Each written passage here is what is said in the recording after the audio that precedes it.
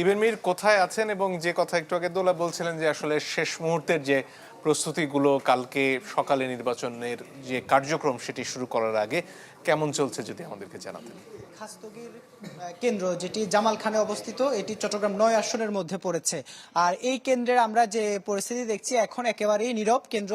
যত ধরনের প্রস্তুতি ছিল সব প্রস্তুতি সম্পন্ন হয়েছে। এখানে প্রিজাইডিং অফিসার তিনি এখনো আছেন, তিনি যেমনটি আমাদেরকে জানিয়েছেন যে ১৩ জন আনসার সদস্য এবং ৪ জন পুলিশ সদস্য এই কেন্দ্রের নিরাপত্তায় এখন পর্যন্ত রাতের নিরাপত্তায় মোতায়েন রয়েছে।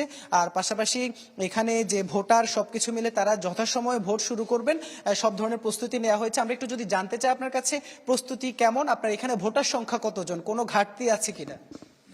ধন্যবাদ। আসলে আমাদের প্রস্তুতি খুব বেশ ভালো। আমরা একটা ৩০ এখানে চলে এসেছি। এরপর হচ্ছে আমরা বুথ করেছি ৮টা মতন এবং ১৬টা হচ্ছে গোপন কক্ষ করেছি। আমাদের প্রশাসন থেকে যথেষ্ট সহযোগিতা করছে, আর্মি থেকে, সব জায়গা থেকে, অর্থাৎ সর্বোচ্চ নিরাপত্তার জন্য যা কিছু করা দরকার সবকিছু করছে এটা। আর পাশাপাশি আমাদের যারা এখানে দায়িত্বে আছেন তারাও বেশ ভালো দায়িত্ব পালন করছেন।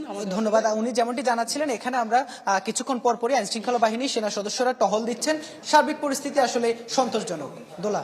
ইবেন, অসংখ্য ধন্যবাদ আপনাকে। মঞ্জুর, এবার কিন্তু প্রচারণার সময় চট্টগ্রামে বেশ সংঘাত সহিংসতা হয়েছে, যে কারণে হয়তো অনেকেরই এক ধরনের আশঙ্কা ছিল যে নির্বাচন কি ঠিকভাবে হতে পারবে কিনা, কিন্তু এখন ইবেন মির যে ধরনের প্রস্তুতি দেখাচ্ছিলেন তাতে করে মনে হচ্ছে যে চট্টগ্রাম একটা ভালো নির্বাচনের প্রস্তুতি নিচ্ছে।